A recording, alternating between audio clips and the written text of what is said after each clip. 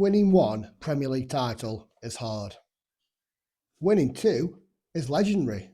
But dominating English football for years, changing clubs forever, building dynasties, creating fear before kickoff, that's different. Today, we're ranking the top 5 Premier League managers of all time. And trust me, by the end of this list, people are going to be angry. Good. Because leaving certain names out of this list, criminal. But only 5 make it. We're talking mind games, touchline chaos, title races decided by 1 point, dressing room meltdowns, and moments that change football forever. From heavy metal football to tiki-taka domination to a man that basically turned winning into a personality trait. And listen carefully, because number 1, I seriously think we'll never get a manager like him again. Also, quick question before we start. Which manager terrified your club the most? Like seriously, when the fixture list dropped, you thought, yeah, we're going to get battered there. Drop it in the comments. Jurgen Klopp. There was a time when Liverpool looked broken. Not bad, broken. The aura was gone. The fear factor was gone. Anfield didn't feel immortal anymore. Then this smiling German bloke walked in, wearing glasses, talking about heavy metal football. And within a few years, Liverpool became monsters again. Klopp didn't just improve Liverpool, he resurrected them. And the scary part, he did it while going up against arguably the scariest Premier League team of all time. Think about this. Most managers folded coming up against Pep Guardiola's Man City. Not Klopp. He went toe-to-toe with them, season after season. 94 points and still finishing second. Imagine that pain. In most leagues, 94 points wins you that league easily. But Pep City were machines. Yet Klopp still found a way to win everything. Premier League, Champions League, FA Cup, League Cup. And he did it all with emotion. You felt Liverpool under Klopp. The pressing, the chaos, the comebacks. Anfield at night became football horror. People forget how good that front three were. Salah, Mane, Firmino, not just talented, them three were perfect together. Firmino dropping deep, Salah destroying defenders, Mane running like he'd had 6 energy drinks and an argument. Behind them, Trent delivering crosses from another postcode, Van Dijk turning defending into an art, Alisson saving Liverpool every time reality tried to hit them. But here's why Klopp deserves 5. He made people believe. Liverpool fans went from hoping to expecting greatness. And that mentality shift, that's elite management. By the way, imagine telling someone in 2014 that Liverpool would win the Premier League before Everton. That conversation would have ended in violence. José Mourinho. José Mourinho didn't arrive in England quietly. He arrived like the main villain in a film. I think I'm the special one. Not was, am. His confidence was outrageous. And the worst part, he could back it up. When Mourinho came to Chelsea, the Premier League changed. Before Jose, teams hoped to win. Jose expected to destroy you. His Chelsea side was terrifying. Cold, efficient, relentless, and defensively, absolutely disgusting. 15 goals conceded in a Premier League season. 15! That record still sounds fake. You'd watch Chelsea and you'd think, how are we supposed to score against that? John Terry blocking shots like his life depended on it. Lampard scoring goals for fun. Drogba bullying defenders emotionally and physically. Peter Cech basically wearing an invisible cloak and goal. But Mourinho's biggest weapon wasn't tactics. It was psychology.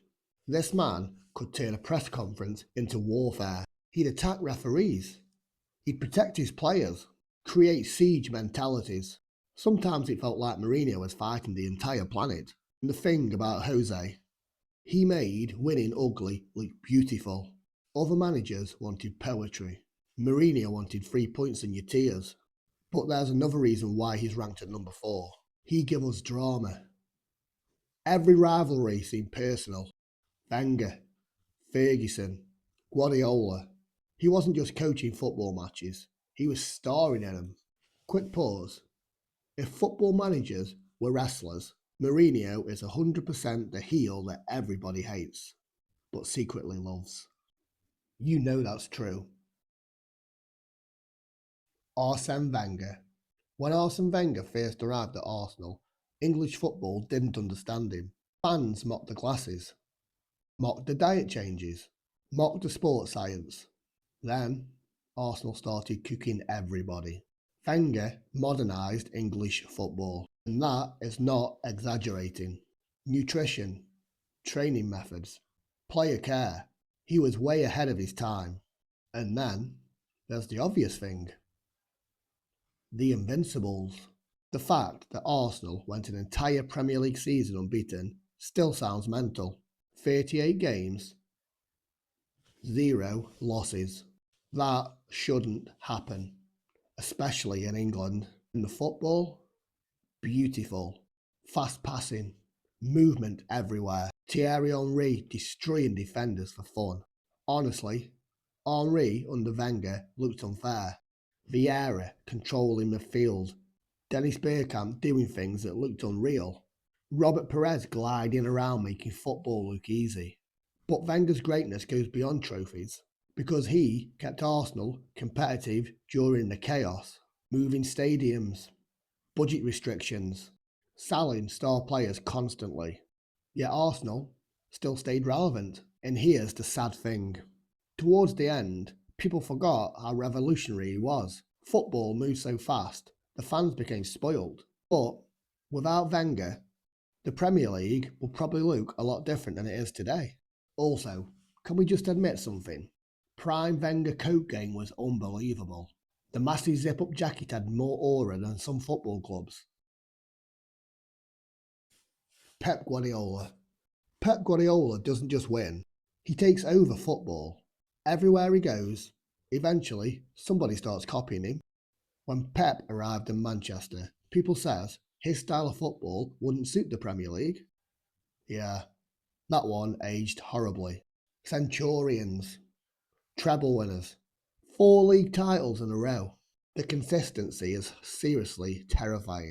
And the scary thing about Pep, he reinvents teams nearly every season.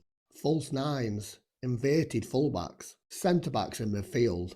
Half the time it looks like he's reinvented the game during the match. But here's what separates Pep from nearly everybody else. Control. His team suffocates opponents. You're chasing shadows for 90 minutes. Until you break. Just think about the players he's transformed. John Stones, reinvented. Rodri becoming the heartbeat of football. Phil Foden evolving into a superstar. And then there's Kevin De Bruyne. Honestly, one of the greatest midfielders the Premier League has ever seen. Kevin De Bruyne. Pep's Manchester City made excellence look normal. And that's dangerous, because people stopped appreciating how absurd that was. Winning the Premier League is supposed to be hard. Pep made 90-point season feel normal. But here's why he's number 2. Because there's one manager whose shadow still hangs over English football to this very day. Now, before number 1, I want you to imagine this. Your team is 1-0 up against Manchester United in the 89th minute. Old Trafford is roaring. And you look over and you see one thing. Sir Alex Ferguson chewing gum aggressively on the sideline. You already know what's coming. Sir Alex Ferguson. There's never been a manager in the Premier League like Sir Alex. And honestly, I don't think there ever will be again. 13 Premier League titles. 13. Some massive clubs don't even have 13 trophies altogether. But the trophies only tell half of the story. Ferguson built multiple dynasties, different eras, different squad, different players, and he just kept winning. Just think about some of the players he's managed. Cantona, Beckham, Giggs, Scholes, Ronaldo, Rooney, Schmeichel. Honestly, I won't say any more, but you could literally make about an hour-long video of the great players that man has coached. Generation upon generation of greatness. And somehow, that man controlled everything. The egos, the pressure, the expectation. Manchester United under Ferguson didn't just want to win. They expected miracles. And then, there's Fergie time. The most terrifying phrase in English football. Opposition fans knew it. The players knew it. Games against United never really felt over. But Fergie's greatest strength? Evolution. He adapted across decades. Football changed completely during his career, and he still stayed on top. Different owners, different rivals, different tactics. It didn't matter. Arsene Wenger arrived. Ferguson adapted. Mourinho arrived. Ferguson adapted. Roman Abramovich changed football financially. Ferguson adapted. And maybe the craziest thing, the second he retired, Man United collapsed out of the title contention. That tells you everything. He wasn't just a manager, he was the entire system. So, there it is. The 5 greatest managers in Premier League history.